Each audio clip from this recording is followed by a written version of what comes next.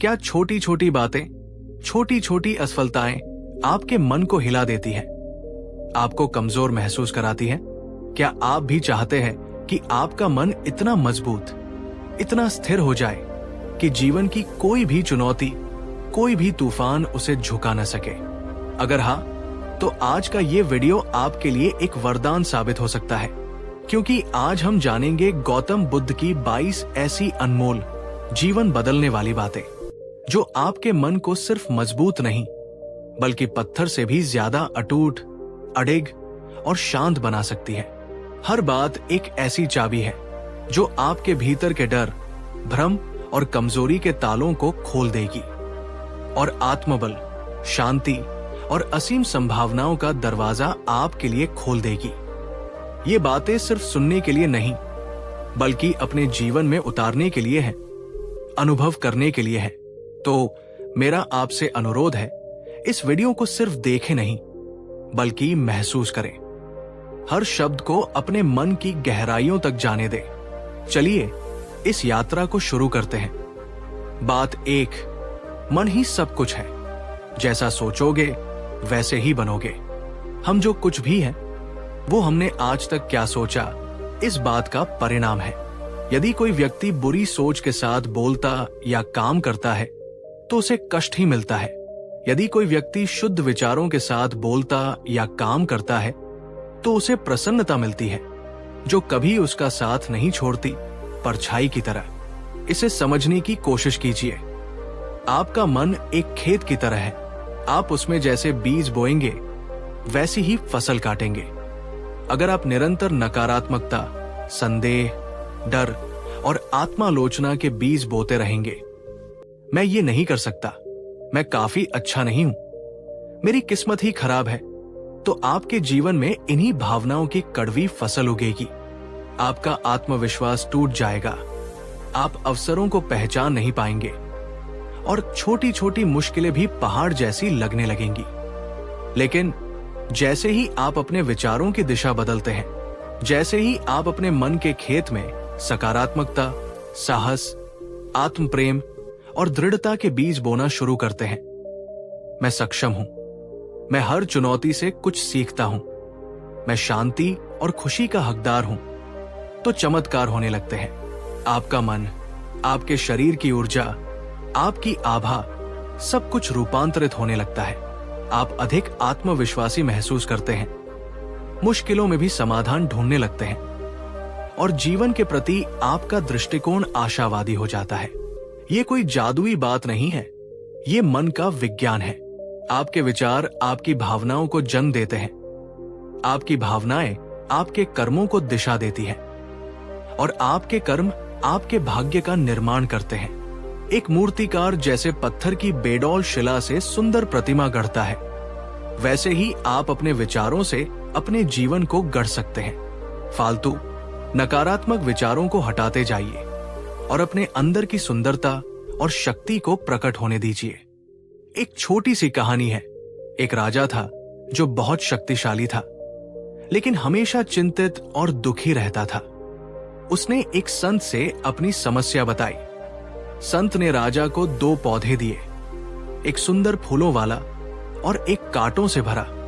संत ने कहा, राजन, आप प्रतिदिन जिस पौधे पर अधिक ध्यान देंगे, जिसे अधिक सींचेंगे, वही आपके जीवन का प्रतीक बन जाएगा।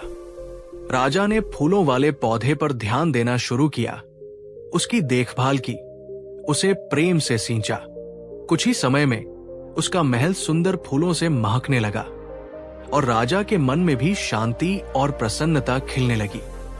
कांटों वाला पौधा उपेक्षित होकर सूख गया। हमारे विचार भी उन पौधों की तरह हैं। आप जिन विचारों को पोषित करेंगे, वही आपके जीवन में फलेंगे फूलेंगे। अब सवाल आपसे दिल पर हाथ रखकर ईमानदारी से जवाब दीजिए। आपने आज सुबह जब आंखें खोली, तो आपके मन में सबसे पहला विचार क्या था? क्या वो विचार आपको ऊर्जा और आशा से भर रहा था, या आपको बोझिल और निराश कर रहा था? पूरे दिन में आपके मन में किस तरह के विचार अधिक घूमते हैं? क्या वे आपके मित्र हैं या आपके शत्रु? अपने विचारों के प्रति जागरूक होना, उन्हें पहचानना ये मन को मजबूत बनाने की दिशा में पहला कदम है। नीचे कमेंट में हमें जरूर बताएं, आप आज से अपने मन के बगीचे में कौन सा एक नया सकारात्मक और शक्तिशाली विचार हर रोज हर पल सींचने का संकल्प लेते हैं। लिखिए और उस संकल्प को अपने जीवन का हिस्सा बनाइए। याद रखिए, आपका मन आपका सबसे बड़ा मित्र भी बन सकता है और सबसे बड़ा शत्रु भी। चुनाव आपका है। बात दो, जिसने अपने मन को जीत लिया उसने सबसे बड़ी जीत पाई। हजारों लड़ाइयों में हजारों व्यक्तियों पर विजय पाना उतना महान नहीं है जितनी महानता स्वयं पर विजय पाने में है। वास्तव में वही सबसे बड़ा विजेता है जिसने स्वयं को जीत लिया हो। हम अक्सर बाहरी दुनिया में जीत हासिल करने की कोशिश करते हैं, धन दौलत, पद प्रतिष्ठा, दूसरों पर अधिकार। हमें लगता है कि इन चीजों को पाकर हम शक्तिशाली और सुखी हो जाएंगे, लेकिन बुद्ध हमें एक गहरी सच्चाई की ओर इशारा करते हैं। असली युद्ध और असली जीत हमारे अपने भीतर होती है। हमारे मन के अंदर निरंतर एक द्वंद्व चलता रहता है। एक तरफ है हमारी सकारात्मक प्रवृत्तियां, प्रेम, करुणा, धैर्य, विवेक, और दूसरी तरफ है हमारी नकारात्मक प्रवृत्तियां, क्रोध, लोभ, ईर्ष्या, अहंकार, भय। जब ये नकारात्मक शक्तियां हम पर हावी हो जाती हैं, तो हम अपने ही मन के बंदी बन जाते हैं। हमारा क्रोध हमें अंधा कर देता है, हमारा लोभ हमें बेचैन रखता है, हमारी ईर्ष्या हमें दूसरों की खुशी से जलने पर मजबूर करती है। लेकिन जिस क्षण हम इन नकारात्मक प्रवृत्तियों को पहचानना और उन पर नियंत्रण पाना सीख लेते हैं, उसी क्षण हम असली स्वतंत्रता और शक्ति का अनुभव करते हैं। जिसने अपने मन की इन कमजोरियों पर विजय पाली, उसके लिए जीवन की बाहरी चुनौतियां बहुत छोटी हो जाती हैं। वो शांत, स्थिर और अटूट बन जाता है। एक प्रेरक प्रसंग है, एक महान योद्धा जिसने अपने जीवन में अनगिनत युद्ध जीते थे और बड़े बड़े साम्राज्यों को धूल चटाई थी, बुद्ध की शरण में आया। उसके चेहरे पर विजय का अहंकार था, लेकिन आंखों में एक अजीब सी अशांति भी थी। उसने बुद्ध से कहा, भगवान, मैंने दुनिया के सबसे शक्तिशाली शत्रुओं को हराया है, क्या मुझसे भी बड़ा कोई योद्धा है? बुद्ध शांति से मुस्कुराए और पूछा, हे वीर योद्धा, तुमने अवश्य ही अनेक शत्रुओं को पराजित किया होगा, लेकिन क्या तुमने कभी अपने भीतर उठने वाले क्रोध को हराया है? क्या तुमने अपने लोभ पर विजय पाई है? क्या तुमने अपने अहंकार को जीता है? योद्धा निशब्द हो गया। उसके चेहरे का अहंकार पिघल गया और उसकी आंखों में आत्ममंथन की एक नई चमक उभरी। उसे समझ आ गया कि उसने बाहरी दुनिया तो जीत ली, लेकिन अपने भीतर का युद्ध वो अब तक हारता आया था। असली विजय तो आत्मविजय है। ये आत्मविजय एक दिन में हासिल नहीं होती। इसके लिए निरंतर अभ्यास, सजगता और आत्मानुशासन की आवश्यकता होती है। ये अपने विचारों के प्रति जागरूक रहने, अपनी भावनाओं को समझने और उन्हें सही दिशा देने का सतत प्रयास है। अब विचार कीजिए, जब आप गुस्से में होते हैं, जब कोई आपकी आलोचना करता है, जब आपकी कोई इच्छा पूरी नहीं होती, तब क्या आप अपने मन पर नियंत्रण रख पाते हैं या आपकी भावनाएं आपको बहा ले जाती हैं? क्या आप अपने लालच, अपनी ईर्ष्या या अपने डर के आगे घुटने टेक देते हैं? मन को जीतना ही उसे पत्थर सा मजबूत बनाना है। जब बाहरी परिस्थितियां आपको भीतर से हिला न सके, तभी आप सच्चे अर्थों में विजयी होते हैं। कमेंट में साझा करें, आपके मन की सबसे बड़ी चुनौती क्या है जिस पर आप विजय पाना चाहते हैं? क्या वो क्रोध है, भय है या कोई और नकारात्मक भावना? अपनी चुनौती को स्वीकार करना ही जीत की ओर पहला कदम है। बात 3, तुलना मत करो। तुम जैसे हो वैसे ही अद्वितीय और संपूर्ण हो। मन की एक और बहुत बड़ी कमजोरी जो उसे अंदर से खोखला करती रहती है, वो है दूसरों से अपनी तुलना करना। बुद्ध ने इस मानवीय प्रवृत्ति को बहुत गहराई से समझा और कहा, दूसरों से अपनी तुलना करना बंद करो। सूर्य और चंद्रमा की कोई तुलना नहीं, वे अपने अपने समय पर चमकते हैं। हर फूल अपनी तरह से खिलता है, हर व्यक्ति का अपना मार्ग, अपनी गति और अपनी नियति होती है। तुलना एक ऐसा मानसिक रोग है जो हमें कभी संतुष्ट नहीं होने देता। हम हमेशा किसी और को देखते हैं और सोचते हैं, उसके पास मुझसे ज्यादा पैसा है, वो मुझसे ज्यादा सफल है, उसका जीवन मुझसे बेहतर है, मैं उसके जैसा क्यों नहीं हूं। जब आप लगातार दूसरों से अपनी तुलना करते हैं तो आप या तो हीन भावना से ग्रस्त हो जाते हैं या अहंकार से भर जाते हैं। दोनों ही स्थितियां मन की कमजोरी और अशांति का प्रतीक है, क्योंकि जब आप किसी और जैसा बनने की कोशिश करते हैं या किसी और से बेहतर दिखने की होड़ में लग जाते हैं तो आप अपने असली स्वरूप से, अपनी आंतरिक क्षमताओं से, अपनी अद्वितीयता से दूर हो जाते हैं। एक पल के लिए अपनी आंखें बंद करके सोचिए, पिछली बार कब आपने किसी सोशल मीडिया पोस्ट को देखकर या किसी मित्र की सफलता के बारे में सुनकर अपने मन में ये तुलनात्मक विचार पाया था, उसके पास ये सब है, मेरे पास क्यों नहीं, वो मुझसे कितना आगे निकल गया है। एक मजबूत मन ये जानता है कि हर व्यक्ति एक अनूठा बीज है जिसमें खिलने की अपनी अलग क्षमता और अपना अलग समय है। आम का बीज कभी सेब नहीं बन सकता और सेब का बीज कभी आम नहीं। दोनों अपने अपने स्वरूप में मूल्यवान हैं। आपका जीवन आपकी अपनी यात्रा है, आपकी अपनी कहानी है। इसे दूसरों की कहानी से तुलना करके फीका मत पड़ने दीजिए। हर रात सोने से पहले एक छोटी सी डायरी में या अपने मन में ही कम से कम 3 ऐसी बातें लिखिए या सोचिए जो आप में विशेष है, जिनके लिए आप खुद पर गर्व महसूस करते हैं। ये बातें कितनी भी छोटी क्यों न हो, ये आपकी अपनी खूबियों को पहचानने और अपनी अद्वितीयता का सम्मान करने में मदद करेगा। बात 4, जो वर्तमान में जीता है वही सच्चा जीवन जीता है। अतीत पर ध्यान मत दो, भविष्य के लिए सपने मत देखो, अपने मन को वर्तमान क्षण पर केंद्रित करो। अतीत जा चुका है, वो अब नहीं है, उसे बदला नहीं जा सकता। भविष्य अभी आया नहीं है, वो अनिश्चित है। केवल वर्तमान ही वो क्षण है जिसमें जीवन वास्तव में घटित हो रहा है। हमारा मन एक अद्भुत यात्री है, लेकिन ये अक्सर या तो अतीत की गलियों में भटकता रहता है, पुरानी गलतियों पर पछताता हुआ, खोए हुए अवसरों पर दुखी होता हुआ, या फिर ये भविष्य की अनिश्चितताओं में उड़ान भरता रहता है, आने वाली चुनौतियों से डरता हुआ, काल्पनिक समस्याओं की चिंता करता हुआ। इस निरंतर अतीत और भविष्य की यात्रा में हम उस एकमात्र चीज को खो देते हैं जो वास्तव में हमारे पास है। ये वर्तमान क्षण, ये अब। जब हम अतीत के बोझ तले दबे रहते हैं तो हम अपराध बोध और उदासी से भर जाते हैं। जब हम भविष्य की चिंताओं में खोए रहते हैं तो हम भय और तनाव से ग्रस्त हो जाते हैं। दोनों ही स्थितियां हमारे मन को कमजोर और अशांत बनाती है। लेकिन जब हम अपने मन को पूरी तरह से वर्तमान क्षण में ले आते हैं, जो हम कर रहे हैं, जो हम महसूस कर रहे हैं, जो हमारे आसपास है, उसके प्रति पूरी तरह जागरूक हो जाते हैं, तो मन को एक अद्भुत शांति और स्पष्टता मिलती है।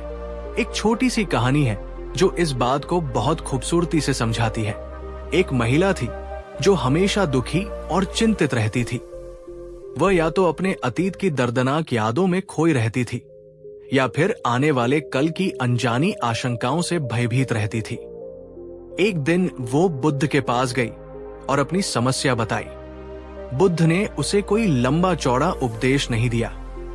उन्होंने बस इतना कहा, प्रिय पुत्री, तुम जो भी कार्य कर रही हो उसे पूरे मन से करो। जब भोजन करो तो सिर्फ भोजन के स्वाद और सुगंध पर ध्यान दो। जब चलो तो सिर्फ अपने कदमों और धरती के स्पर्श को महसूस करो। जब किसी से बात करो तो पूरी तरह उसी क्षण में उपस्थित रहो। एक बार इस क्षण में पूरी तरह जीकर देखो, तुम्हारा दुख स्वयं दूर हो जाएगा। महिला ने बुद्ध की बात को गांठ बांध लिया। उसने अपने दैनिक कार्यों को पूरी जागरूकता के साथ करना शुरू किया। जब वो बर्तन धोती तो उसका ध्यान सिर्फ बर्तनों पर होता। जब वो अपने बच्चों के साथ खेलती तो उसका मन सिर्फ उसी खेल में होता। धीरे धीरे उसने पाया कि उसकी चिंताएं कम होने लगी हैं। उसका मन शांत रहने लगा है और उसके चेहरे पर पहली बार सच्ची शांति और मुस्कान दिखाई देने लगी। उसने वर्तमान में जीना सीख लिया था। वर्तमान में जीना कोई मुश्किल साधना नहीं है, ये एक अभ्यास है। अपनी सांसों के प्रति जागरूक होना, अपने आसपास की ध्वनियों को सुनना, अपने भोजन के स्वाद को महसूस करना। ये छोटे छोटे अभ्यास हमें वर्तमान क्षण से जोड़ते हैं। खुद से पूछिए, आप दिन भर में कितनी बार पूरी तरह से अब में होते हैं? जब आप अपना पसंदीदा काम कर रहे होते हैं या अपने प्रियजनों के साथ होते हैं, तब भी क्या आपका मन कहीं और भटकता रहता है? वर्तमान क्षण ही वो जगह है जहां जीवन की सारी शक्ति, सारा आनंद और सारी शांति मौजूद है। इसे पकड़ना सीखिए। आज इस वीडियो को देखते हुए क्या आप पूरी तरह से यही हैं या आपका मन कहीं और घूम रहा है? नीचे कमेंट में बताएं। आज आप किस एक कार्य को पूरी जागरूकता और वर्तमान क्षण में रहकर करने का प्रयास करेंगे? वर्तमान ये ईश्वर का दिया हुआ सबसे अनमोल उपहार है, इसीलिए इसे प्रेजेंट कहते हैं। इसे जीना सीखिए। बात 5, क्रोध मन को कमजोर करने वाला सबसे बड़ा शत्रु। बुद्ध कहते हैं, क्रोध को अपने मन में पाले रखना ऐसा है जैसे कोई जलता हुआ कोयला किसी और पर फेंकने के इरादे से अपने हाथ में पकड़ ले। सबसे पहले वो आपको ही जलाएगा। ये कितनी सटीक उपमा है। जब हम क्रोधित होते हैं तो हमें लगता है कि हम अपनी शक्ति का प्रदर्शन कर रहे हैं या दूसरे को सबक सिखा रहे हैं, लेकिन वास्तविकता ये है कि क्रोध सबसे पहले हमारे अपने मन और शरीर को नुकसान पहुंचाता है। क्रोध हमारे विवेक को अंधा कर देता है। हम ऐसी बातें कह जाते हैं, ऐसे काम कर जाते हैं जिनका हमें बाद में गहरा पछतावा होता है। ये हमारे रिश्तों में दरार डालता है, हमारे स्वास्थ्य को खराब करता है, उच्च रक्तचाप, हृदय रोग और हमारी मानसिक शांति को पूरी तरह नष्ट कर देता है। एक क्रोधित मन कभी भी मजबूत या स्थिर नहीं हो सकता। वो हमेशा अशांत और कमजोर रहेगा। मन को मजबूत बनाने के लिए सबसे पहले क्रोध की आग को बुझाना सीखना जरूरी है। इसका मतलब ये नहीं है कि हम अन्याय को सहन करें या अपनी भावनाओं को दबा दें। इसका मतलब है कि हम क्रोध की विनाशकारी प्रतिक्रिया के बजाय एक सचेत, शांत और रचनात्मक प्रतिक्रिया देना सीखें। क्रोध पर नियंत्रण पाने के लिए एक तात्कालिक और प्रभावी एक्शन टिप। जब अगली बार आपको लगे कि गुस्सा आ रहा है, किसी ने कुछ ऐसा कहा या किया जिससे आपका खून खौलने लगे, तो तुरंत प्रतिक्रिया करने के बजाय एक पल रुकिए। कुछ भी कहने या करने से पहले सिर्फ 10 बार गहरी और धीमी सांस लीजिए। अपनी सांस को अंदर जाते और बाहर आते हुए महसूस कीजिए। आप पाएंगे कि इन 10 सांसों में ही आपके क्रोध की तीव्रता काफी कम हो जाएगी। आपको सोचने और सही प्रतिक्रिया चुनने का समय मिल जाएगा। ये छोटा सा अभ्यास आपके जीवन में बड़े बदलाव ला सकता है। बुद्ध ने सिखाया कि क्रोध को क्रोध से नहीं, बल्कि अक्रोध, प्रेम और करुणा से जीता जा सकता है। जैसे अंधकार को प्रकाश से ही मिटाया जा सकता है, वैसे ही घृणा और क्रोध को प्रेम और शांति से ही शांत किया जा सकता है। एक प्रसंग याद आता है। एक बार एक व्यक्ति बुद्ध को भरी सभा में अपशब्द कहने लगा। वो बुद्ध का घोर विरोधी था और उन्हें नीचा दिखाना चाहता था। बुद्ध शांत बैठे रहे, उसके हर कटु वचन को सुनते रहे। उनके चेहरे पर कोई शिकन नहीं थी, बस एक करुणा भरी मुस्कान थी। जब वो व्यक्ति बोलते बोलते थक गया और चुप हो गया, तो बुद्ध ने उससे पूछा, प्रिय बंधु, यदि तुम किसी के लिए कोई उपहार लेकर जाओ और वो व्यक्ति उस उपहार को स्वीकार न करे, तो वो उपहार किसका हुआ? उस व्यक्ति ने कहा, वो उपहार मेरा ही रहा। बुद्ध मुस्कुराए और बोले, ठीक उसी तरह तुमने मुझे ये जो अपशब्दों के उपहार दिए हैं, मैं इन्हें स्वीकार नहीं करता, तो ये किसके हुए? वो व्यक्ति निशब्द और लज्जित हो गया। बुद्ध के अक्रोध ने उसके क्रोध को पराजित कर दिया था। यह है अक्रोध की शक्ति, शांति की शक्ति। कमेंट में हमें बताएं, क्रोध पर नियंत्रण पाने के लिए आप व्यक्तिगत रूप से क्या तरीका अपनाते हैं? या बुद्ध की ये शिक्षा सुनने के बाद आप क्रोध को शांत करने के लिए कौन सा नया कदम उठाएंगे? आपके अनुभव दूसरों के लिए प्रेरणा बन सकते हैं। क्रोध एक अग्नि है, इसे अपने मन में जलने मत दीजिए। इसे प्रेम और शांति के जल से बुझा दीजिए। बात 6, धैर्य और सहनशीलता महान गुण है। आज की तेज रफ्तार दुनिया में हम हर चीज तुरंत चाहते हैं। तुरंत सफलता, तुरंत समाधान, तुरंत सुख। हमें धैर्य की कमी होती जा रही है। जब चीजें हमारी अपेक्षा के अनुसार या हमारे चाहे हुए समय पर नहीं होती तो हम अधीर हो जाते हैं, निराश हो जाते हैं या गुस्सा करने लगते हैं। लेकिन धैर्य एक महान शक्ति है। ये हमें विपरीत परिस्थितियों में भी शांत और स्थिर रहने में मदद करता है। ये हमें ये समझने में मदद करता है कि कुछ चीजों को समय लगता है, कुछ घावों को भरने में वक्त लगता है और कुछ लक्ष्यों को प्राप्त करने के लिए निरंतर और दीर्घकालिक प्रयास की आवश्यकता होती है। सहनशीलता का अर्थ है कठिनाइयों, आलोचनाओं या दूसरों की अप्रिय बातों को बिना विचलित हुए, बिना नकारात्मक प्रतिक्रिया दिए सहन करने की क्षमता। ये कमजोरी नहीं बल्कि आंतरिक शक्ति का प्रतीक है। जो व्यक्ति छोटी छोटी बातों पर उत्तेजित हो जाता है या दूसरों की आलोचना से तुरंत आहत हो जाता है, उसका मन कमजोर होता है। लेकिन जो व्यक्ति शांत रहकर धैर्यपूर्वक सब कुछ सहन करता है और अपने लक्ष्य पर केंद्रित रहता है, उसका मन एक चट्टान की तरह मजबूत होता है। एक किसान का उदाहरण ले। वो बीज बोता है और फिर धैर्यपूर्वक फसल के पकने का इंतजार करता है। वो जानता है कि वो रातों रात फसल नहीं उगा सकता। उसे धूप, बारिश और समय का इंतजार करना होगा। यदि वो अधीर हो जाए तो उसे कुछ भी हासिल नहीं होगा। हमारे जीवन के लक्ष्य और आत्मविकास भी उसी फसल की तरह है। उन्हें समय, धैर्य और निरंतर प्रयास की आवश्यकता होती है। स्वयं का मूल्यांकन कीजिए। जब आपके जीवन में कोई बाधा आती है या जब आपको किसी चीज के लिए लंबा इंतजार करना पड़ता है तो आपकी क्या प्रतिक्रिया होती है? क्या आप धैर्य खो देते हैं और निराश हो जाते हैं, या आप शांति और दृढ़ता के साथ उस समय का सामना करते हैं? धैर्य और सहनशीलता का अभ्यास आपके मन को एक ऐसा अजेय दुर्ग बना देगा जिसे कोई भी कठिनाई भेद नहीं सकेगी। नीचे कमेंट में हमें बताएं आपके जीवन का कोई ऐसा अनुभव जब आपके धैर्य और सहनशीलता की परीक्षा हुई हो और आपने सफलतापूर्वक उसका सामना किया हो।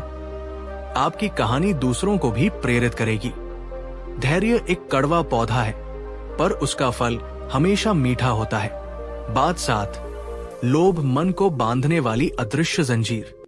बुद्ध ने हमें मन को कमजोर और अशांत करने वाले एक और शक्तिशाली शत्रु से सावधान किया, और वो है लोभ या तृष्णा। वे कहते हैं, इच्छाएं ही सभी दुखों की जड़ है। जिसने अपनी इच्छाओं और तृष्णाओं को त्याग दिया, जिसने संतोष को अपना लिया, वही वास्तव में सबसे अमीर और सबसे सुखी है। हमारा मन एक अतृप्त प्यास की तरह है। एक इच्छा पूरी होती है तो 10 नई इच्छाएं जन्म ले लेती है।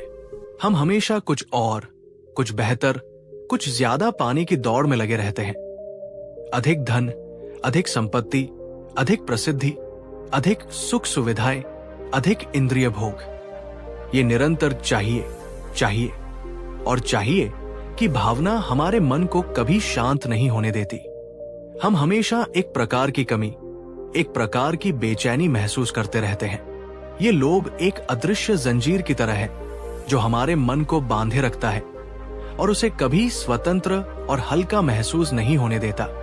मन तब कमजोर होता है जब वो बाहरी चीजों और उपलब्धियों में अपनी खुशी और सुरक्षा ढूंढता है, क्योंकि बाहरी चीजें अस्थायी होती हैं। वे कभी भी हमसे छिन सकती है, और जब वे छिन जाती है या जब हमारी इच्छाएं पूरी नहीं होती तो हम गहरे दुख और निराशा में डूब जाते हैं। लेकिन जब हम अपनी जरूरतों और इच्छाओं के बीच अंतर करना सीख लेते हैं, जब हम जो हमारे पास है उसमें संतोष पाना सीख लेते हैं, जब हम सादा जीवन और उच्च विचार के महत्व को समझ लेते हैं, तब हमारा मन असीम शक्ति और स्वतंत्रता का अनुभव करता है। एक सरल अभ्यास जो आप आज से ही शुरू कर सकते हैं। हर दिन कम से कम एक ऐसी चीज के लिए सच्चे दिल से कृतज्ञता और संतोष महसूस करने की आदत डालिए जो आपके पास पहले से मौजूद है। यह आपका स्वास्थ्य हो सकता है, आपके प्रियजनों का साथ हो सकता है, आपके सिर पर छत हो सकती है, या प्रकृति की कोई सुंदर देन हो सकती है। जब आप जो आपके पास है उसके लिए आभारी होना शुरू करते हैं, तो जो आपके पास नहीं है उसकी लालसा अपने आप कम होने लगती है। बुद्ध हमें इच्छाओं का पूरी तरह दमन करने के लिए नहीं कहते, बल्कि उनके प्रति अनासक्ति, नॉन अटैचमेंट का भाव विकसित करने के लिए कहते हैं। कर्म करो, प्रयास करो, लेकिन फल की चिंता में या उसे पाने के लोभ में अपने मन की शांति को भंग मत करो। कल्पना कीजिए, एक बंदर है जो एक छोटे मुंह वाले बर्तन में रखे चनों को पकड़ने के लिए अपना हाथ डालता है। वो मुट्ठी भर चने पकड़ लेता है, लेकिन अब उसकी मुट्ठी बर्तन के मुंह से बाहर नहीं निकल पाती। अगर वो चने छोड़ दे तो उसका हाथ आसानी से बाहर आ जाएगा, लेकिन लोभ के कारण वो चने नहीं छोड़ना चाहता और इस तरह वो फंसा रहता है। हमारी इच्छाएं भी उन चनों की तरह हैं। जब तक हम उनसे चिपके रहेंगे, हमारा मन फंसा रहेगा, अशांत रहेगा। जैसे ही हम उन्हें छोड़ने को तैयार होते हैं, हमारा मन मुक्त और हल्का हो जाता है। आज इस क्षण आप किस एक चीज के लिए सच्चे दिल से आभारी और संतुष्ट महसूस कर रहे हैं, उसे नीचे कमेंट में साझा कीजिए। आइए हम सब मिलकर कृतज्ञता और संतोष की एक लहर पैदा करें। संतोष सबसे बड़ा धन है। इसे अपने मन में स्थापित कीजिए और आपका मन किसी भी बाहरी प्रलोभन से कमजोर नहीं पड़ेगा। बात 8, कर्म के नियम को समझो और अच्छे बीज बो। बुद्ध ने स्पष्ट रूप से कहा, प्राणी अपने कर्मों के उत्तराधिकारी हैं। कर्म ही उनकी विरासत है, कर्म ही उनका जन्मदाता है, कर्म ही उनके बंधु है और कर्म ही उनकी शरण है। वे जैसे भी कर्म करेंगे, अच्छे या बुरे, वे उन्हीं के फल भोगेंगे। जैसा बीज बोओगे वैसा ही फल काटोगे। इसका अर्थ है कि हम अपने विचारों, वचनों और शारीरिक कार्यों के लिए स्वयं जिम्मेदार हैं। हमारा वर्तमान हमारे अतीत के कर्मों का परिणाम है और हमारा भविष्य हमारे वर्तमान कर्मों द्वारा निर्मित हो रहा है। हम अपनी परिस्थितियों के लिए भाग्य को या किसी बाहरी शक्ति को दोष नहीं दे सकते। ये सिद्धांत हमें शक्तिहीन नहीं बल्कि सशक्त बनाता है। ये हमें बताता है कि हमारे पास अपनी तकदीर बदलने की, अपने भविष्य को संवारने की शक्ति है। अच्छे और कुशल कर्म करके, सकारात्मक और शुद्ध विचार रखकर और सत्य एवं मधुर वाणी बोलकर, जब हम इस नियम को गहराई से समझ लेते हैं तो हम अपने हर कर्म के प्रति अधिक सचेत और जिम्मेदार हो जाते हैं। हम जानते हैं कि हमारा कोई भी कर्म व्यर्थ नहीं जाता। हर छोटा बड़ा कर्म अपना फल अवश्य देता है, चाहे आज, कल या भविष्य में। ये समझ हमें बुरे कर्मों से बचने और अच्छे कर्मों को करने के लिए प्रेरित करती है। मानसिक रूप से अटूट और प्रज्ञावान व्यक्ति कर्म के इस अटल नियम को जानता है और इसलिए वो हमेशा पुण्य कर्मों का संचय करने और पाप कर्मों से बचने का प्रयास करता है। वो जानता है कि सच्ची सुरक्षा और खुशी अच्छे कर्मों से ही प्राप्त होती है। एक किसान और उसके खेत का दृष्टांत। यदि किसान अपने खेत में कांटेदार झाड़ियों के बीज बोएगा तो उसे कांटे ही मिलेंगे। यदि वो मीठे फलों के बीज बोएगा तो उसे मीठे फल ही प्राप्त होंगे। वो जैसा कर्म बीज बोना करेगा वैसा ही फल उसे मिलेगा। इसमें कोई संदेह नहीं। हमारा जीवन भी एक खेत है और हमारे विचार, वचन और कार्य वे बीज हैं जो हम उसमें बो रहे हैं। अपने कर्मों का लेखा जोखा कीजिए। क्या आप अपने दैनिक जीवन में अपने विचारों, वचनों और कर्मों के प्रति सचेत रहते हैं? क्या आप ये विचार करते हैं कि आपके कर्मों का दूसरों पर और आपके अपने भविष्य पर क्या प्रभाव पड़ेगा? अच्छे बीज बोइए और आपका जीवन सुख और शांति के फलों से भर जाएगा। आज आप कौन सा एक छोटा सा अच्छा बीज, सत्कर्म अपने जीवन के खेत में बोने का संकल्प लेते हैं? ये किसी की मदद करना हो सकता है, कोई अच्छी बात सोचना हो सकता है या कोई बुरी आदत छोड़ना हो सकता है। अपना संकल्प हमसे साझा करें। आपके कर्म ही आपके सच्चे साथी हैं, उन्हें बुद्धिमानी से चुनें। अगर आपको गौतम बुद्ध की ये बातें जीवन में कुछ सोचने पर मजबूर कर रही है, अगर आपको लगता है कि इस ज्ञान ने आपको थोड़ा भी शांति दी है, तो आप सुपर थैंक्स के जरिए इस चैनल को सपोर्ट कर सकते हैं। आपका एक छोटा सा सहयोग, एक सुपर थैंक्स, हमारे जैसे कंटेंट क्रिएटर के लिए बहुत बड़ा उत्साह बन जाता है। ये हमें और भी अच्छी वीडियो लाने के लिए प्रेरित करता है। धन्यवाद उन सभी को जिन्होंने अब तक सुपर थैंक्स भेजा है और जो अभी सोच रहे हैं, बस एक क्लिक की दूरी पर है। बुद्ध कहते हैं, जो देता है वही सच्चा पाता है। तो अगर आपको ये ज्ञान मूल्यवान लगा हो तो एक सुपर थैंक्स जरूर भेजें। बात 9, जैसे पत्थर हवा से नहीं हिलता, वैसे ज्ञानी प्रशंसा और निंदा से नहीं हिलता। बुद्ध ने कहा था, हमारा मन अक्सर एक पेंडुलम की तरह होता है। कोई हमारी तारीफ कर दे तो हम खुशी से झूम उठते हैं। हमारा अहंकार 7वें आसमान पर पहुंच जाता है और कोई हमारी जरा सी आलोचना कर दे तो हम मुरझा जाते हैं, दुखी हो जाते हैं। हमारा आत्मविश्वास पाताल में चला जाता है। ये अस्थिरता हमारे मन को कमजोर बनाती है। हम दूसरों की राय के गुलाम बन जाते हैं। हमारी खुशी और दुख का रिमोट कंट्रोल दूसरों के हाथों में चला जाता है। इसे एक और प्रेरक कथा से समझते हैं। एक बार बुद्ध के एक युवा भिक्षु जो अभी अभी संघ में शामिल हुआ था, बहुत परेशान और हतोत्साहित था। वो बुद्ध के पास आया और बोला, भगवन, मैं बहुत दुविधा में हूं। जब मैं अच्छा काम करता हूं, ध्यान में प्रगति करता हूं या किसी की मदद करता हूं, तो कुछ लोग मेरी बहुत प्रशंसा करते हैं। वे कहते हैं कि मैं एक आदर्श भिक्षु बनने की राह पर हूं।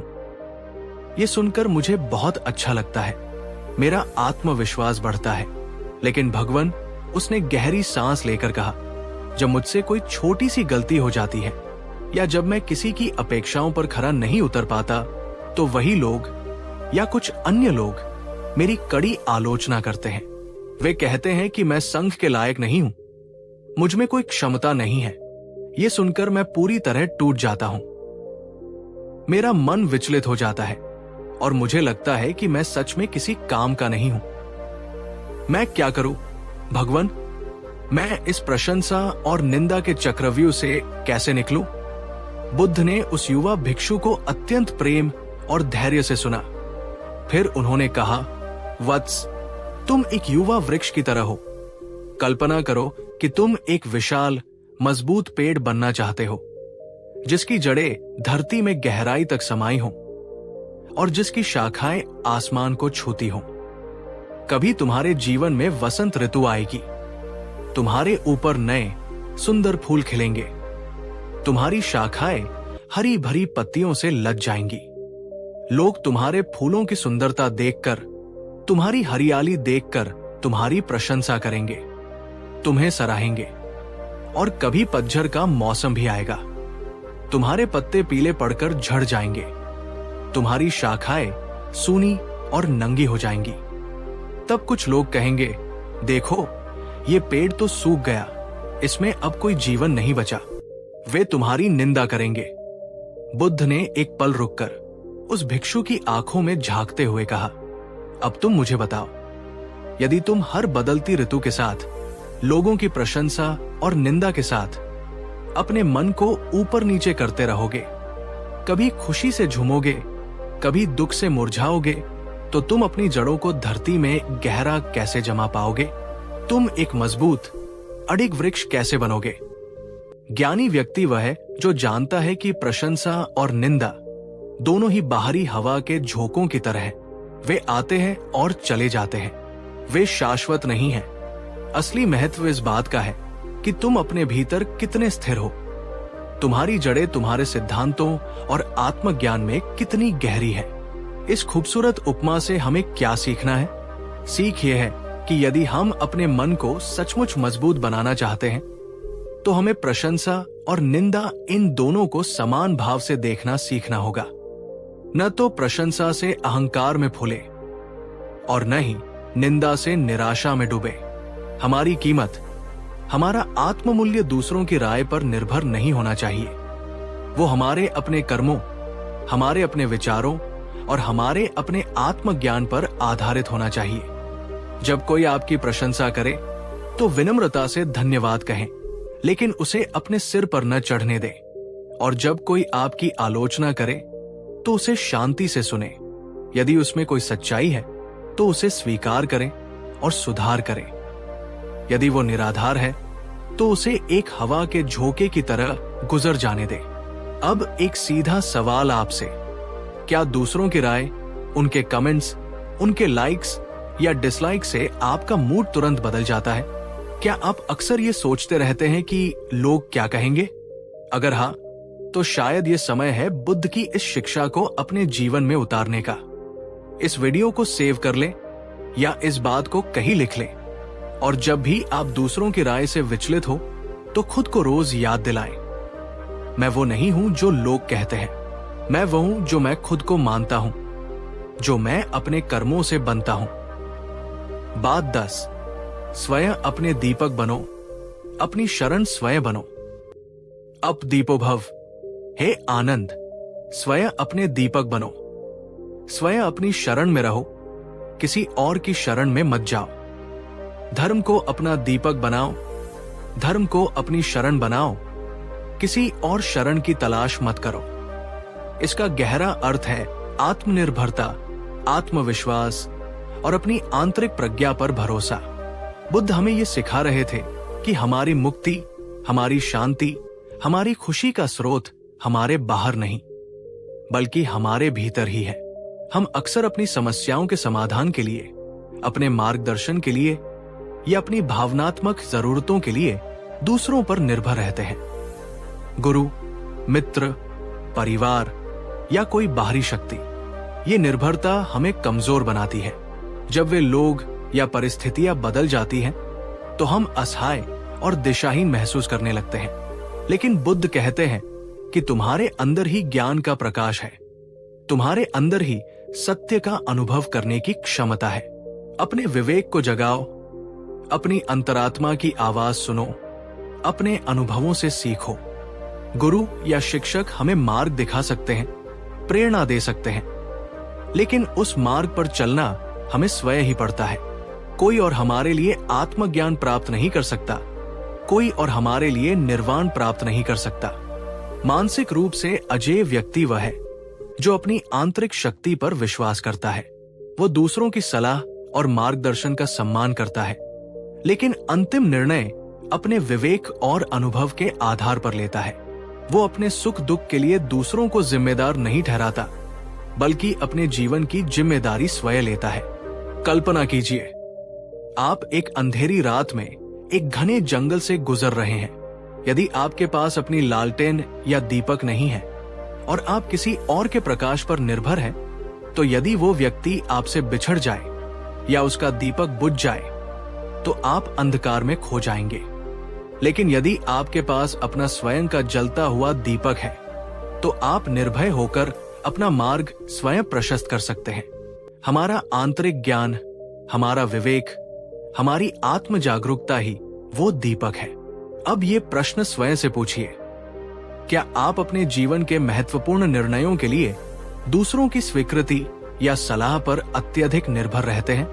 क्या आप अपनी आंतरिक आवाज को सुनने और उस पर भरोसा करने का साहस रखते हैं? अपने भीतर के दीपक को प्रज्वलित कीजिए, वही आपका सच्चा मार्गदर्शक है।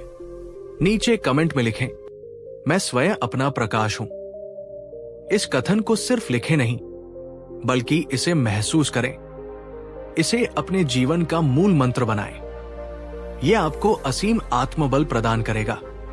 आपकी शक्ति आपके भीतर है, उसे पहचानिए और उस पर विश्वास कीजिए। बात 11, सभी के प्रति करुणा और मैत्री का भाव रखो। जैसे एक मां अपने प्राणों की बाजी लगाकर भी अपने इकलौते पुत्र की रक्षा करती है, उसी प्रकार सभी जीवित प्राणियों के प्रति, चाहे वे छोटे हो या बड़े, दृश्य हो या अदृश्य, निकट हो या दूर, उत्पन्न हुए हो या उत्पन्न होने वाले हो, असीम मैत्री और करुणा का भाव रखो। ये सिर्फ एक सुंदर विचार नहीं है, ये एक शक्तिशाली मानसिक अभ्यास है। जब हम अपने हृदय में सभी के प्रति बिना किसी भेदभाव के प्रेम और सहानुभूति का भाव विकसित करते हैं, तो हमारा अपना मन ईर्ष्या, द्वेष, क्रोध और भय जैसी संकीर्ण और विनाशकारी भावनाओं से मुक्त होने लगता है।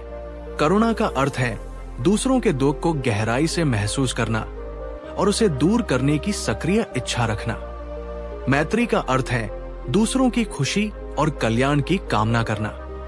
जब हम इन भावनाओं को अपने जीवन का केंद्र बनाते हैं, तो हमारा मन विशाल और उदार हो जाता है।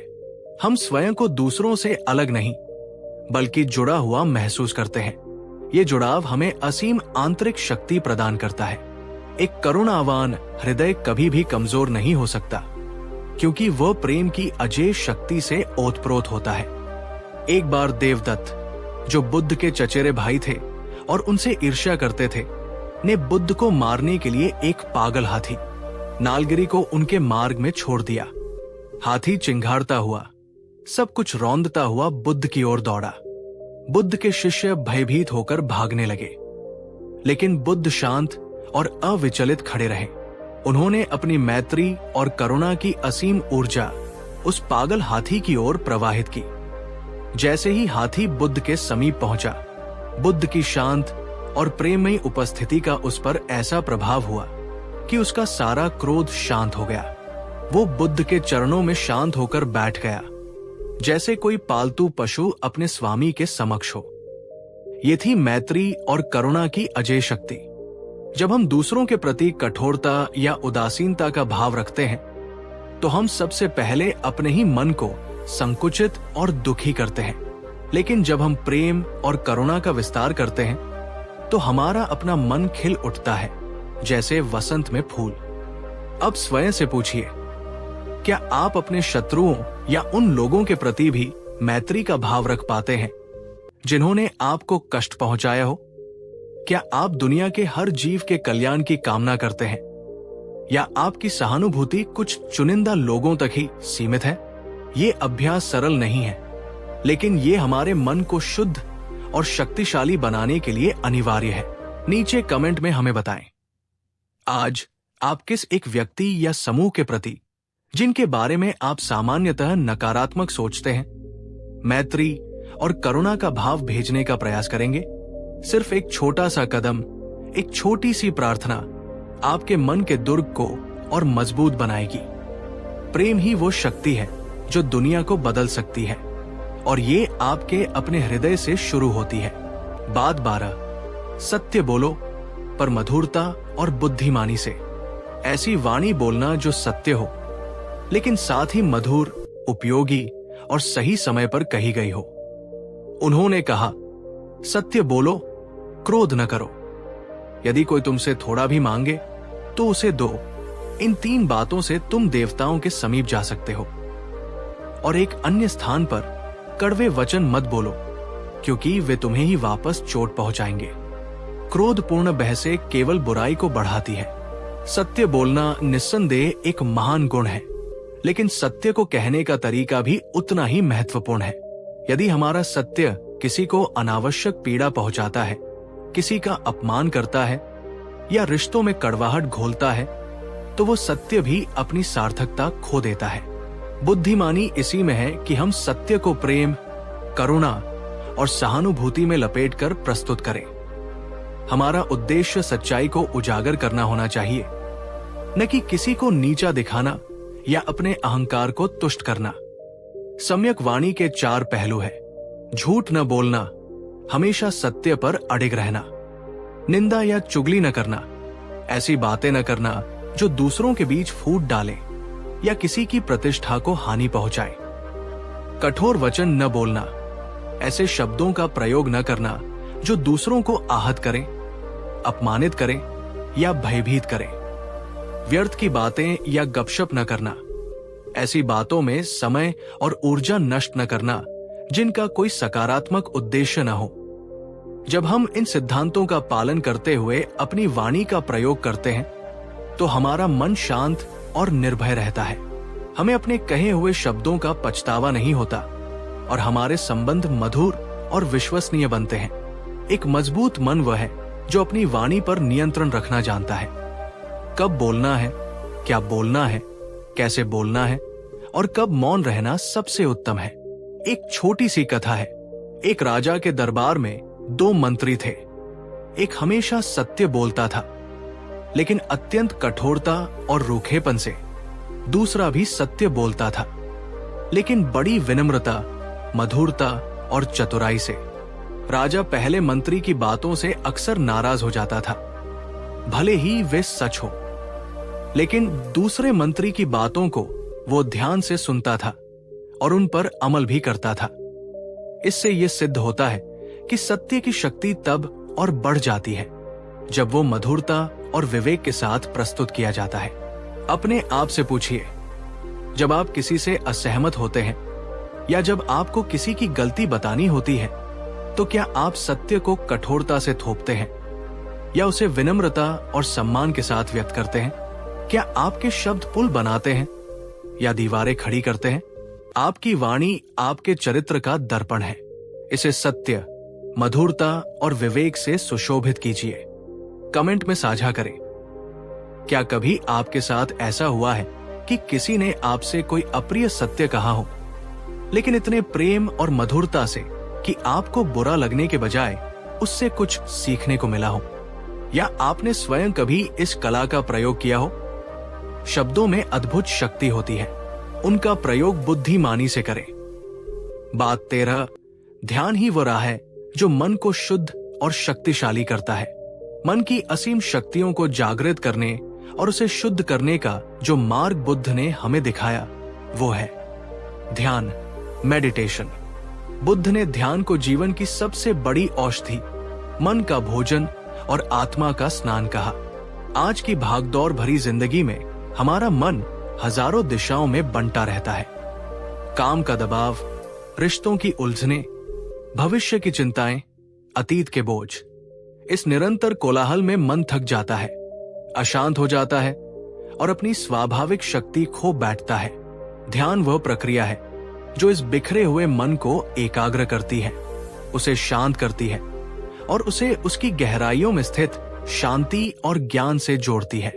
जब आप हर दिन कुछ समय, चाहे वो 10 से 15 मिनट ही क्यों न हो, बाहरी दुनिया से कटकर मौन में बैठते हैं और अपनी आती जाती सांसों पर या किसी मंत्र पर अपने मन को टिकाते हैं, तो धीरे धीरे आपके विचारों की गति धीमी होने लगती है। मन में चल रही अनावश्यक बकवास शांत होने लगती है। आप अपनी भावनाओं के साक्षी बनना सीखते हैं, बिना उनसे उलझे, बिना उन पर प्रतिक्रिया किए।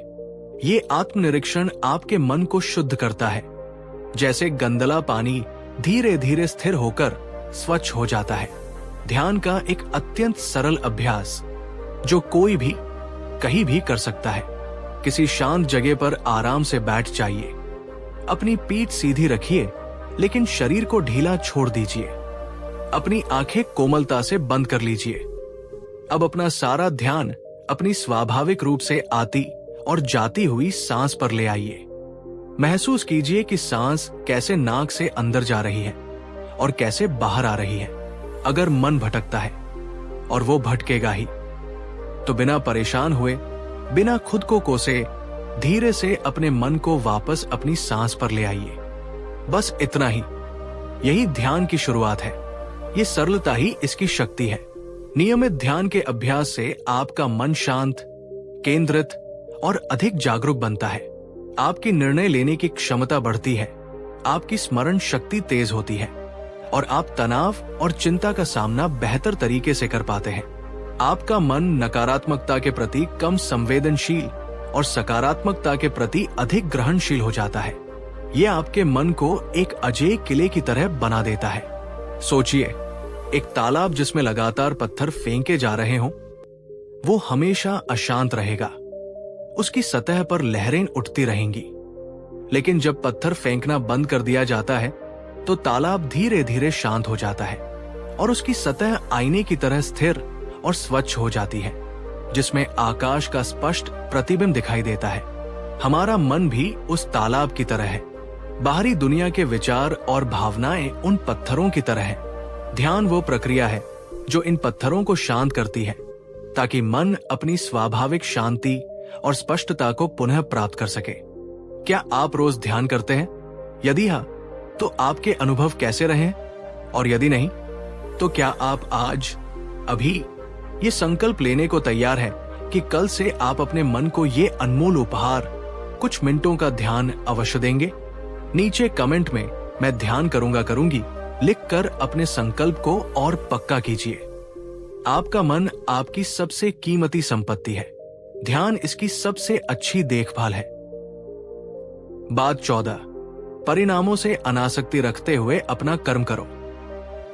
हम अक्सर अपने कर्मों के परिणामों से बहुत ज्यादा जुड़ जाते हैं। हम चाहते हैं कि हर प्रयास सफल हो, हर इच्छा पूरी हो, हर कार्य हमारी अपेक्षा के अनुसार हो। और जब ऐसा नहीं होता तो हम निराश, दुखी या क्रोधित हो जाते हैं। ये आसक्ति हमारे मन को कमजोर और अस्थिर बनाती है।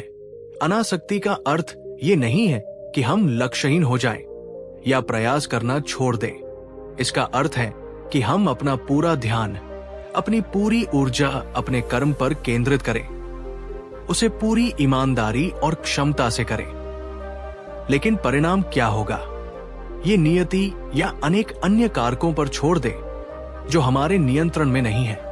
जैसे एक किसान बीज बोता है, खेत को सींचता है, उसकी देखभाल करता है, ये उसका कर्म है। फसल अच्छी होगी या नहीं, ये मौसम, मिट्टी और अन्य कई बातों पर निर्भर करता है। बुद्धिमान किसान अपना कर्म करता है और परिणाम को स्वीकार करता है। उसी प्रकार हमें भी अपने जीवन के हर क्षेत्र में अपने कर्म पर ध्यान देना चाहिए, न कि केवल उसके संभावित फल पर। जब हम फल की चिंता से मुक्त होकर कर्म करते हैं तो हमारा मन शांत, केंद्रित और अधिक कुशल होता है। हम प्रक्रिया का आनंद ले पाते हैं, न कि सिर्फ परिणाम का इंतजार करते रहते हैं। मानसिक रूप से अटूट व्यक्ति वह है जो जानता है कि उसका नियंत्रण केवल अपने प्रयासों पर है, परिणामों पर नहीं। इसलिए वो सफलता में अहंकार नहीं करता और असफलता में हताश नहीं होता। वो हर अनुभव से सीखता है और आगे बढ़ता रहता है। एक उदाहरण, एक तीरंदाज अपना पूरा ध्यान लक्ष्य पर साधने, धनुष को सही ढंग से खींचने और तीर को सही समय पर छोड़ने में लगाता है। एक बार तीर कमान से निकल गया तो उसका नियंत्रण समाप्त हो जाता है। हवा का रुख, लक्ष्य की दूरी और अनेक अन्य बातें परिणाम को प्रभावित कर सकती है। सच्चा तीरंदाज अपने कौशल पर ध्यान केंद्रित करता है, परिणाम पर नहीं। अपने जीवन में देखिए, क्या आप अक्सर अपने प्रयासों के परिणामों को लेकर अत्यधिक चिंतित रहते हैं? क्या असफलता का डर आपको नए प्रयास करने से रोकता है? क्या सफलता आपको अभिमानी बना देती है? अनासक्ति का अभ्यास आपके मन को इन द्वंद्वों से मुक्त करेगा और उसे एक अजेय शांति प्रदान करेगा। नीचे कमेंट में हमें बताएं, जीवन के किस क्षेत्र में आप परिणामों से अनासक्ति का अभ्यास सबसे ज्यादा करना चाहेंगे? क्या वह आपका करियर है, आपके रिश्ते हैं या कोई व्यक्तिगत लक्ष्य?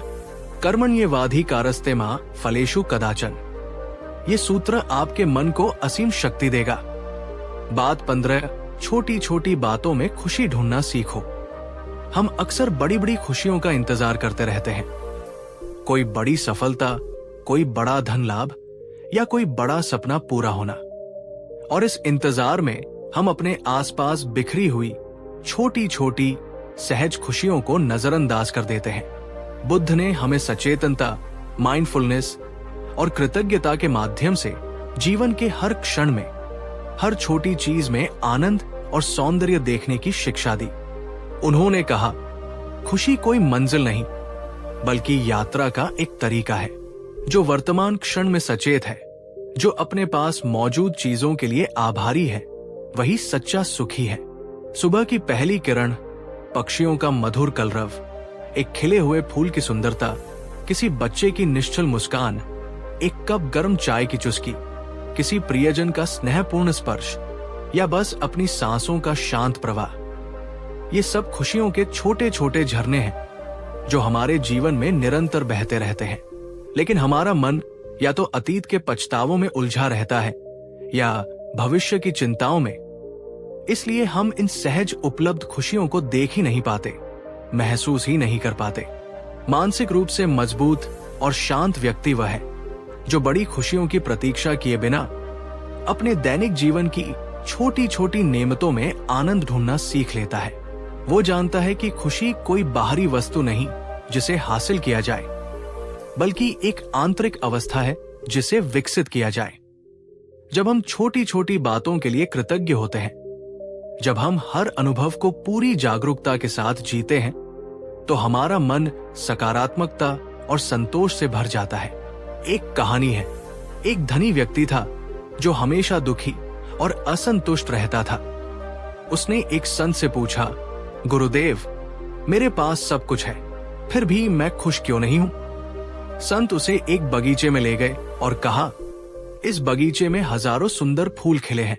तुम किसी एक फूल पर अपना ध्यान केंद्रित करो, उसकी हर पंखुड़ी को देखो, उसकी सुगंध को महसूस करो, उसके रंग की गहराई को समझो।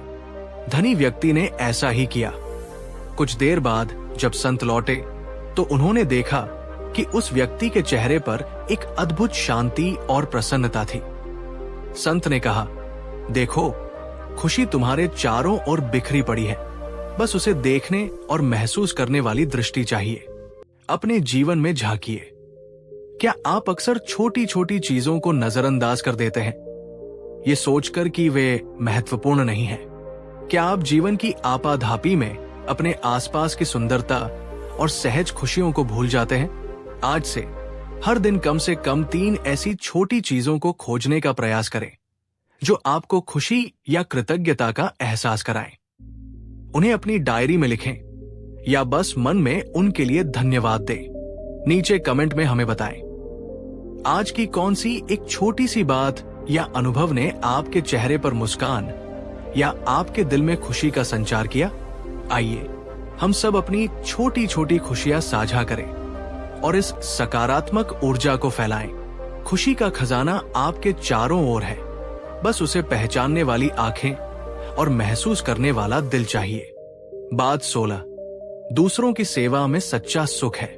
बुद्ध की शिक्षाओं का एक महत्वपूर्ण संदेश है कि सच्ची और स्थायी खुशी स्वयं के लिए कुछ पाने या इकट्ठा करने में नहीं, बल्कि दूसरों के लिए कुछ करने, उनकी निस्वार्थ सेवा करने में है।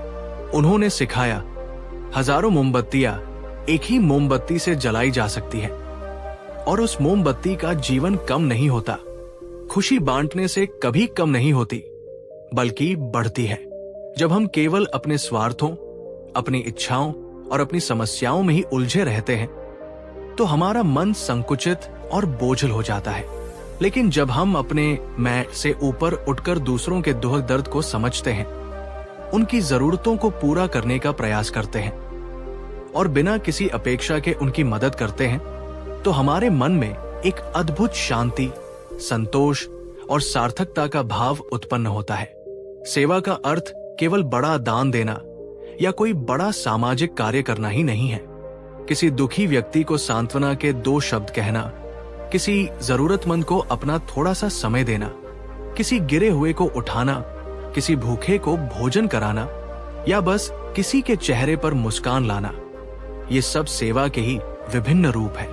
जब हम दूसरों की सेवा करते हैं तो हम अपने अहंकार को कम करते हैं, अपने मन को ईर्ष्या और प्रतिस्पर्धा जैसी नकारात्मक भावनाओं से मुक्त करते हैं और अपने भीतर करुणा और सहानुभूति जैसे दैवीय गुणों को विकसित करते हैं।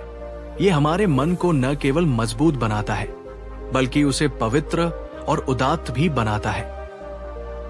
मानसिक रूप से अटूट और प्रज्ञावान व्यक्ति जानता है कि हम सब एक दूसरे से जुड़े हुए हैं और दूसरों की खुशी में ही हमारी अपनी खुशी निहित है।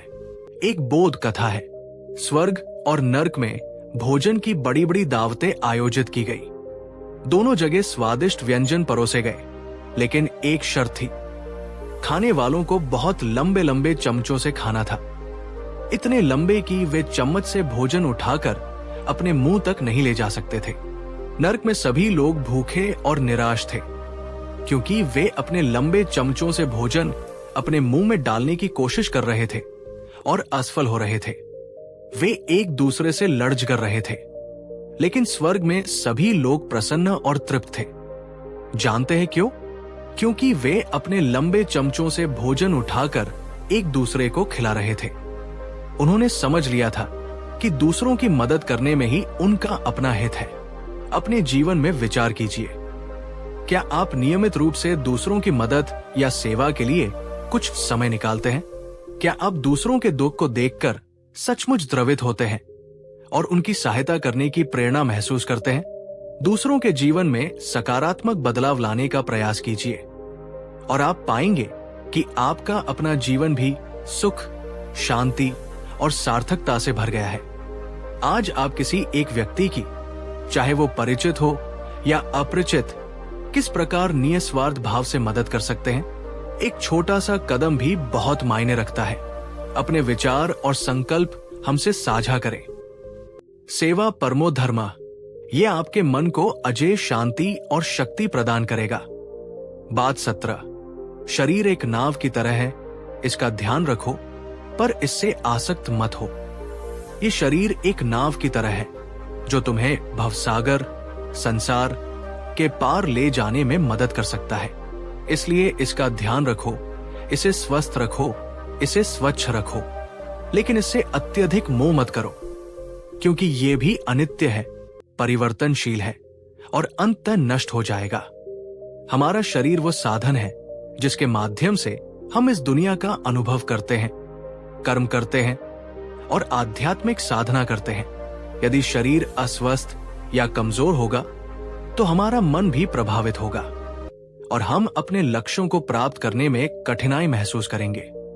इसलिए संतुलित आहार, नियमित व्यायाम, पर्याप्त नींद और स्वच्छता के माध्यम से शरीर का ध्यान रखना हमारा कर्तव्य है।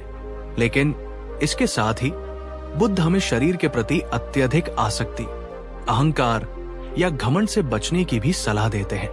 आज की दुनिया में हम अक्सर बाहरी सुंदरता, शारीरिक आकर्षण और युवावस्था को बहुत अधिक महत्व देते हैं। हम उम्र बढ़ने, बीमार होने या शरीर के क्षय होने के विचार से डरते हैं।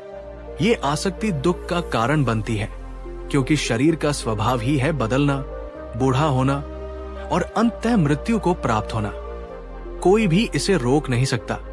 मानसिक रूप से अटूट व्यक्ति शरीर का सम्मान करता है, उसकी देखभाल करता है, लेकिन अपनी पहचान या आत्म मूल्य को केवल अपने शरीर पर आधारित नहीं करता। वो जानता है कि वो शरीर से कहीं अधिक है। वो चेतना है, वो आत्मा है।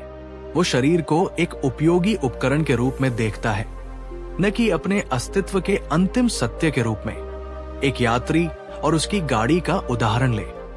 एक यात्री को लंबी यात्रा करनी है तो वो अपनी गाड़ी का ध्यान रखेगा, उसमें ईंधन भरेगा, उसकी मरम्मत कराएगा, लेकिन वो ये नहीं भूलेगा कि गाड़ी सिर्फ एक साधन है, मंजिल नहीं। वो गाड़ी से इतना मोह नहीं करेगा कि यात्रा के उद्देश्य को ही भूल जाए। हमारा शरीर भी उस गाड़ी की तरह है और हमारी आध्यात्मिक यात्रा ही हमारा असली उद्देश्य है। अपने दृष्टिकोण का विश्लेषण कीजिए। आप अपने शरीर का कितना ध्यान रखते हैं? क्या आप स्वस्थ जीवन शैली अपनाते हैं? और साथ ही क्या आप अपने शरीर की नश्वरता को स्वीकार करते हैं?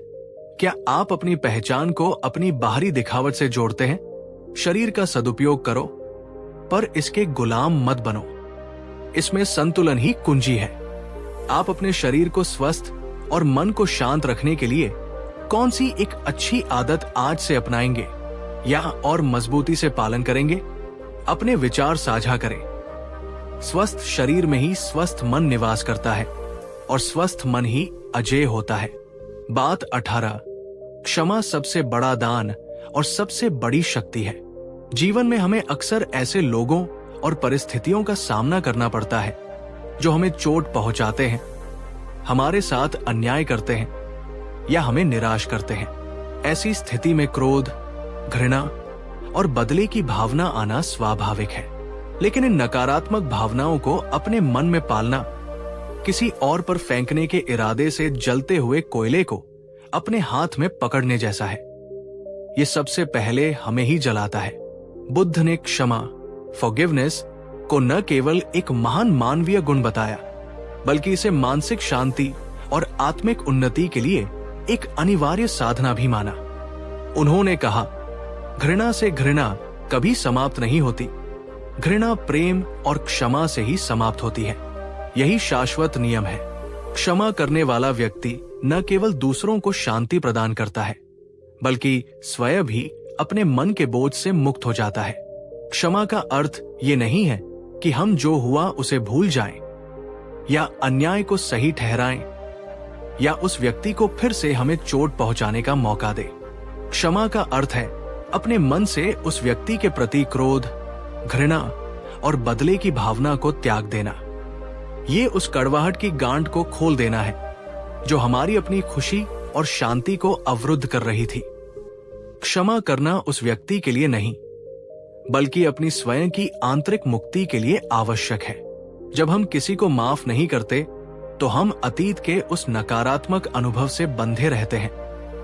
हम उस व्यक्ति को अपने मन में जीवित रखते हैं और निरंतर उस पीड़ा को भोगते रहते हैं। लेकिन जब हम क्षमा कर देते हैं तो हम अतीत को पीछे छोड़कर वर्तमान में जीने के लिए स्वतंत्र हो जाते हैं। मानसिक रूप से अटूट व्यक्ति जानता है कि क्षमा कमजोरी नहीं, बल्कि महान आंतरिक शक्ति का प्रतीक है।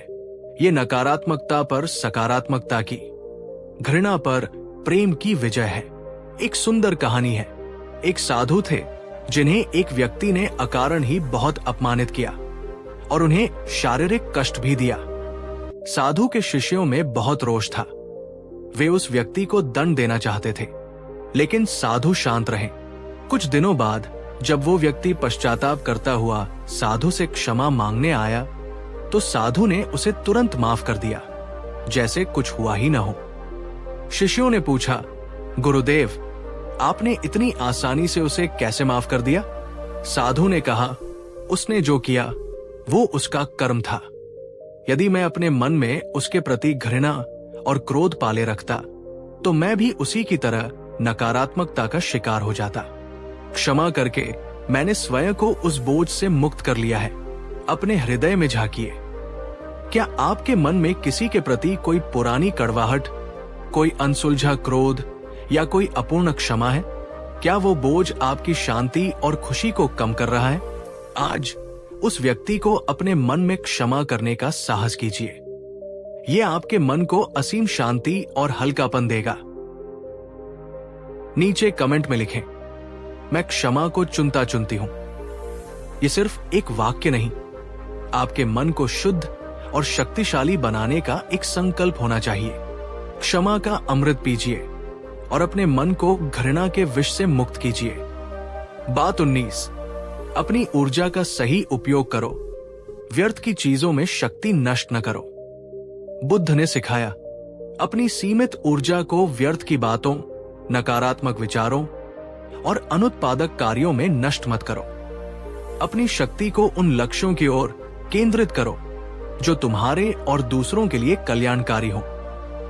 हमारे पास हर दिन एक निश्चित मात्रा में मानसिक और शारीरिक ऊर्जा होती है। हम इस ऊर्जा को कैसे खर्च करते हैं, ये हमारे जीवन की गुणवत्ता और हमारी मानसिक मजबूती को निर्धारित करता है।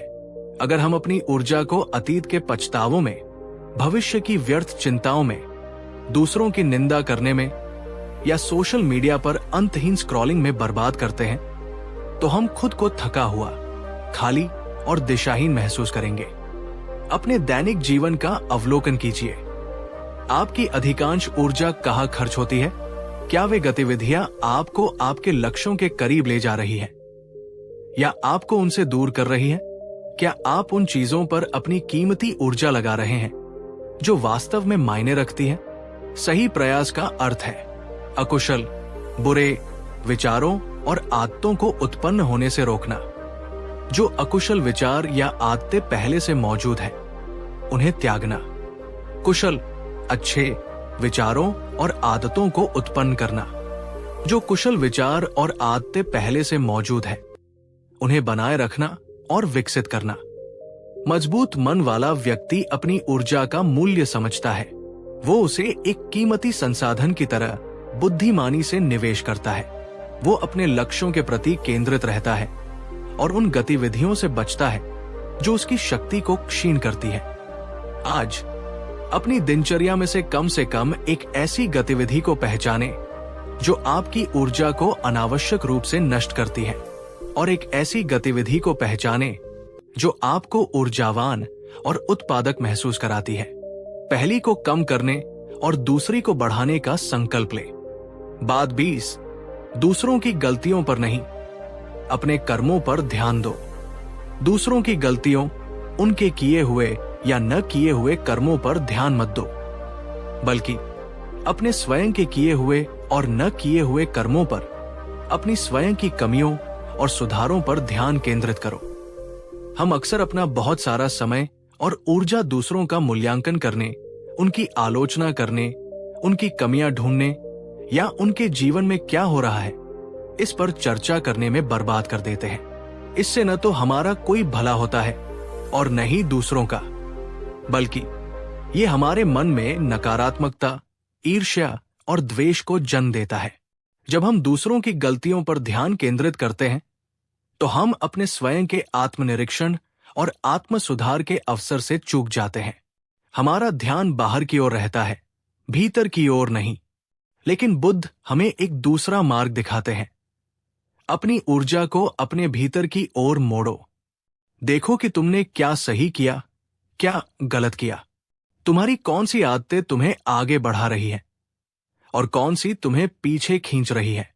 तुम्हें अपने किन विचारों, वचनों और कर्मों में सुधार करने की आवश्यकता है। जब हम इस प्रकार आत्मविश्लेषण और आत्म सुधार में लग जाते हैं तो हमारे पास दूसरों की आलोचना करने या उनकी गलतियों पर ध्यान देने का समय ही नहीं बचता। हमारा मन सकारात्मक और रचनात्मक दिशा में व्यस्त रहता है। मानसिक रूप से अजेय दुर्ग का निर्माण बाहर की दीवारों को मजबूत करने से नहीं, बल्कि भीतर की नींव को सुदृढ़ करने से होता है। और यह तभी संभव है जब हमारा ध्यान अपने स्वयं के विकास पर हो। एक माली का उदाहरण ले। एक बुद्धिमान माली अपना सारा ध्यान अपने बगीचे के पौधों की देखभाल करने, उन्हें सींचने, खरपतवार हटाने और उन्हें फलने फूलने में मदद करने पर लगाता है। वो पड़ोसी के बगीचे में क्या हो रहा है इसकी चिंता में अपना समय बर्बाद नहीं करता। परिणाम स्वरूप उसका अपना बगीचा सुंदर और फलदायी होता है। हमें भी अपने मन के बगीचे का उसी प्रकार ध्यान रखना चाहिए। ये प्रश्न आपके लिए। आप दिन भर में कितना समय दूसरों के बारे में सोचने या बात करने में बिताते हैं और कितना समय अपने स्वयं के विचारों, भावनाओं और कर्मों का विश्लेषण करने में। अपना ध्यान सही जगह पर केंद्रित कीजिए और आपका मन स्वतः ही शांत और शक्तिशाली होता जाएगा। आज से जब भी आपका मन दूसरों की आलोचना या उनके जीवन में ताकझांक करने की ओर जाए तो सचेत रूप से उसे रोककर अपना ध्यान अपने स्वयं के किसी सकारात्मक गुण या सुधार के क्षेत्र पर लाने का प्रयास करें। इस छोटे से बदलाव का बड़ा असर होगा। नीचे कमेंट में बताएं कि क्या आप यह प्रयास करेंगे। अपनी नाव स्वयं खींचिए, दूसरों की नाव की चिंता छोड़िए। बात 21, अनासक्ति ही सच्ची स्वतंत्रता है। जिस प्रकार कमल का पत्ता जल में रहते हुए भी जल से गीला नहीं होता, उसी प्रकार ज्ञानी व्यक्ति संसार में रहते हुए भी सांसारिक आसक्तियों से लिप्त नहीं होता। आसक्ति ही दुख का मूल है और अनासक्ति ही सच्ची स्वतंत्रता और परम शांति का द्वार है। हम अक्सर चीजों से, लोगों से, अपनी पहचान से, अपनी मान्यताओं से बहुत गहराई से जुड़ जाते हैं, उनसे चिपक जाते हैं। हमें लगता है कि ये चीजें हमें सुरक्षा और खुशी देंगी, लेकिन जब ये चीजें बदलती हैं या हमसे दूर हो जाती है और परिवर्तन ही संसार का नियम है, तो हम गहरे दुख, भय और निराशा का अनुभव करते हैं। अनासक्ति का अर्थ उदासीनता या स्नेहीनता नहीं है। इसका अर्थ है प्रेम करना पर मोह न करना, चीजों का उपयोग करना पर उनका गुलाम न बनना, जीवन के हर अनुभव को पूरी तरह जीना पर उससे बंध न जाना, ये समझना कि सब कुछ अनित्य है, परिवर्तनशील है और अंततः हमारे नियंत्रण से बाहर है। यही अनासक्ति का आधार है। जब हम इस सत्य को स्वीकार कर लेते हैं तो हम चीजों को उनके स्वाभाविक रूप में आने और जाने देते हैं, बिना उन्हें पकड़ने या रोकने की व्यर्थ कोशिश किए। मानसिक रूप से अटूट और प्रज्ञावान व्यक्ति जानता है कि सच्ची स्वतंत्रता तभी मिलती है जब हम अपनी खुशी को बाहरी परिस्थितियों या व्यक्तियों पर निर्भर नहीं करते, बल्कि उसे अपने भीतर ही खोजते हैं। एक पक्षी का उदाहरण ले। एक पक्षी आकाश में स्वतंत्र रूप से उड़ता है। वो किसी एक डाल से बंधा नहीं रहता। वो एक वृक्ष पर बैठता है, कुछ देर विश्राम करता है और फिर आगे उड़ जाता है। यदि वह किसी एक डाल से अत्यधिक आसक्त हो जाए तो उसकी उड़ान बाधित हो जाएगी, उसकी स्वतंत्रता छिन जाएगी। हमारा मन भी उस पक्षी की तरह होना चाहिए। संसार में रहे पर उससे बंधे नहीं। अपने जीवन में आसक्तियों को पहचानिए। क्या आप किसी व्यक्ति, वस्तु, विचार या आदत से इतने ज्यादा जुड़े हुए हैं कि उसके बिना अपने जीवन की कल्पना भी नहीं कर सकते? क्या ये आसक्ति आपको भयभीत या असुरक्षित महसूस कराती है? अनासक्ति का अभ्यास आपके मन को असीम हल्कापन, निर्भयता और एक अद्भुत स्वतंत्रता प्रदान करेगा। ये आपको जीवन के हर उतार चढ़ाव का सामना संभाव से करने में सक्षम बनाएगा। नीचे कमेंट में हमें बताएं, जीवन की किस एक आसक्ति को आप कम करने या उससे मुक्त होने का प्रयास आज से शुरू करना चाहेंगे? एक छोटा सा कदम भी महान स्वतंत्रता की ओर ले जा सकता है। जैसे जल में कमल, वैसे संसार में अनासक्त रहो। बात 22, मौन, सबसे गहरी शक्ति और सबसे मधुर संगीत। बुद्ध ने कहा, मौन कभी भी गलत नहीं होता। जो ज्ञानी है वे व्यर्थ नहीं बोलते। मौन में अद्भुत शक्ति और गहरी शांति छिपी होती है। हम अक्सर अपनी बात को साबित करने के लिए, दूसरों को प्रभावित करने के लिए या बस खालीपन को भरने के लिए बोलते रहते हैं। हमारी ऊर्जा अनावश्यक शब्दों में व्यर्थ होती रहती है। लेकिन जब आप अंदर से मजबूत और आत्मविश्वासी होते हैं तो आपको हर चीज का जवाब शब्दों से देने की जरूरत महसूस नहीं होती। आपका मौन, आपकी शांति, आपकी स्थिरता, यही आपकी सबसे बड़ी शक्ति बन जाती है। मौन सिर्फ बाहरी चुप्पी नहीं है, ये मन की आंतरिक शांति भी है। जब मन विचारों के कोलाहल से शांत हो जाता है, तभी हम अपने भीतर की सच्ची आवाज, अपनी अंतरात्मा की आवाज सुन पाते हैं। मौन में ही हमें गहरे सत्य और अंतर्दृष्टि प्राप्त होती है। ये हमें दूसरों को बेहतर ढंग से सुनने और समझने का अवसर भी देता है। जब हम चुप रहकर दूसरों को ध्यान से सुनते हैं तो हम उनके शब्दों के पीछे छिपी भावनाओं और जरूरतों को समझ पाते हैं, जिससे हमारे रिश्ते और भी गहरे और सार्थक बनते हैं। मौन का एक छोटा सा अभ्यास। दिन में कम से कम एक बार सिर्फ 5 मिनट के लिए सचेत रूप से मौन रहने का अभ्यास कीजिए। इस दौरान न तो किसी से बात कीजिए और न ही अपने मन में कोई बातचीत चलने दीजिए। बस शांत रहिए, अपने आसपास के मौन को महसूस कीजिए और अपने भीतर के मौन से जुड़ने का प्रयास कीजिए। ये छोटा सा अभ्यास आपके मन को अद्भुत शांति और गहरी मजबूती प्रदान करेगा। यह आपके विचारों को व्यवस्थित करने और आपकी ऊर्जा को संरक्षित करने में मदद करेगा। कभी कभी मौन सबसे शक्तिशाली उत्तर होता है। जब कोई आप पर क्रोधित हो, जब कोई आपकी आलोचना करे, तो तुरंत प्रतिक्रिया करने के बजाय कुछ पल मौन रहकर देखिए। अक्सर आपका मौन ही सामने वाले के क्रोध को शांत कर देगा और स्थिति को और बिगड़ने से रोक लेगा। सोचिए, एक गहरा, शांत समुद्र सतह पर कितना भी तूफानी क्यों न हो, उसकी गहराइयों में हमेशा शांति और स्थिरता बनी रहती है। मौन का अभ्यास हमारे मन को उस समुद्र की गहराइयों जैसी शांति और स्थिरता प्रदान करता है। बाहरी दुनिया में कितनी भी उथल पुथल क्यों न हो, हम अपने भीतर शांत और केंद्रित रह सकते हैं। क्या आपने कभी सचेत रूप से मौन व्रत या कुछ घंटों का मौन रखने का प्रयास किया है? यदि हाँ, तो आपका अनुभव कैसा रहा? या आज बुद्ध की ये शिक्षा सुनने के बाद क्या आप अपने जीवन में मौन को अधिक स्थान देने का संकल्प लेते हैं? अपने विचार हमसे साझा करें। मौन वो भाषा है जिसमें आत्मा संवाद करती है। इसे सुनना सीखिए और आपका मन असीम शक्ति से भर जाएगा। अगर आपको गौतम बुद्ध की बातें सुनकर शांति मिलती है, अगर इन कहानियों ने कभी आपके मन को छुआ है, तो अब मैं आपके लिए कुछ खास लेकर आया हूं। मैं इस चैनल पर अब हर रविवार को सिर्फ मेंबर्स के लिए एक स्पेशल वीडियो डालूंगा। एक ऐसा वीडियो जो सिर्फ आप सुन पाएंगे, जिसमें होगी और भी गहराई, और भी शांति, और भी रहस्य। तो अगर आप चाहते हैं कि गौतम बुद्ध की शिक्षाएं आपके जीवन का हिस्सा बने, हर रविवार एक नई प्रेरणा मिले, तो अभी मेंबरशिप ज्वाइन करें। आपका छोटा सा योगदान न सिर्फ मुझे मोटिवेट करेगा, बल्कि इस शांति के संदेश को और आगे फैलाने में मदद करेगा। नीचे ज्वाइन बटन है, क्लिक करें और बन जाएं बुद्ध परिवार का हिस्सा। ध्यान और प्रेम के इस सफर में आइए साथ चलें। याद रखिए, बुद्ध ने स्वयं कहा था, मैंने तुम्हें मार्ग दिखाया है, चलना तुम्हें स्वयं होगा। ये शिक्षाएं बीज की तरह हैं। इन्हें अपने मन की उपजाऊ भूमि में बोइए, अपने अभ्यास और समर्पण के जल से सींचिए, और फिर देखिए कैसे आपके जीवन में शांति, शक्ति और आनंद के पुष्प खिलते हैं।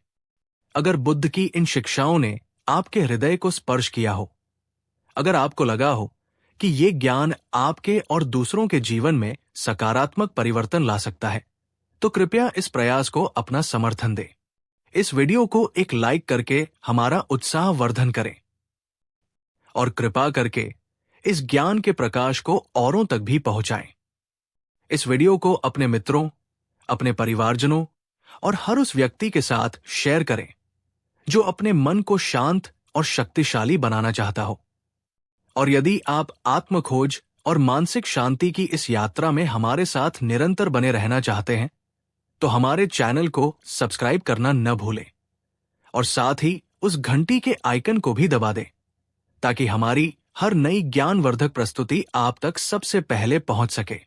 आपका मन एक अजेय दुर्ग बने, जिसमें प्रेम, करुणा, शांति और प्रज्ञा का वास हो। इस ज्ञान यात्रा में सहभागी होने के लिए आपका कोटि कोटि धन्यवाद। हम शीघ्र ही मिलेंगे एक नए विषय के साथ, एक नई प्रेरणा के साथ। तब तक अपना और अपनों का ध्यान रखिए और बुद्ध की शिक्षाओं को अपने जीवन में उतारते रहिए।